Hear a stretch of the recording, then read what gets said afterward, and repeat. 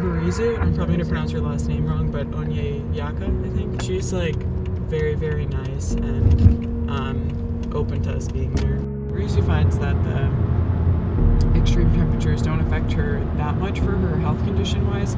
She struggles from fibroids, and so she just says that it kind of worsens her fatigue because like when you're already recovering, like she's had 4 surgeries in the past 5 years. But she says it doesn't really like make her condition worse. Hey, how are you? I'm good. How are you? I've sealed all these windows, like, you know, between caulking and spray foam. Like you'll see the wind chime moving and wind coming, but you won't feel any wind here. Mm-hmm. But if there's wind going in that direction, you will feel it. I want to find out more information about Maryland programs, about climate change, and what Maryland is doing to mitigate the health problems caused by climate change.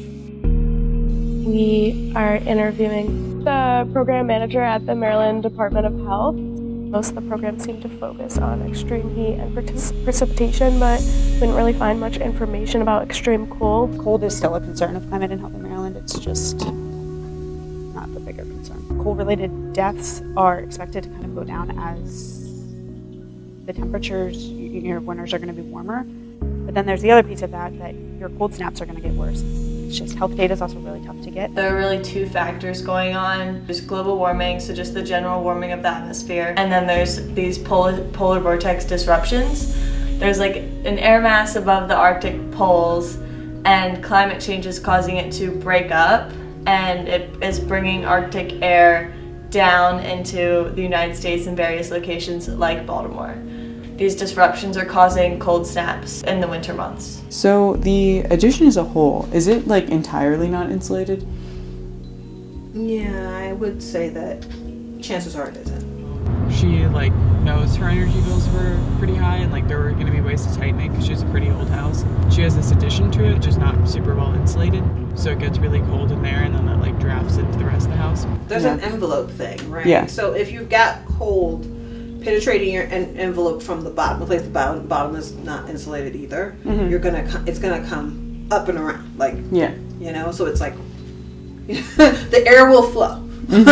Air will flow where it can. We built these devices to measure temperature in people's houses. So in our reporting, if we have someone in a house and they said that on this day my asthma was really bad, then we can see, well, what was the temperature at that day?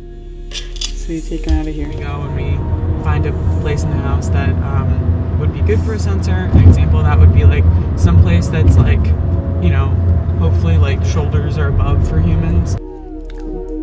There's this little button. Until it stops blinking.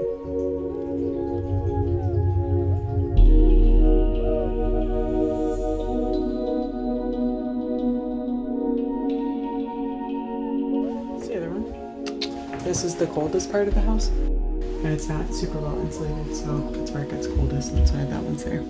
We found a wide variation of 5 degrees Fahrenheit between the averages of one zip code in Baltimore versus another zip code in Baltimore. We're looking to then take this information and combine it with an analysis of hospital data. We're able to see things like that asthma is typically called more than normal when it's very cold outside. Rates of diabetes, rates of heart disease are much worse in low-income, impoverished neighborhoods and zip codes in Baltimore, and also that the heat is higher in low-income areas, and that can be for a variety of different reasons.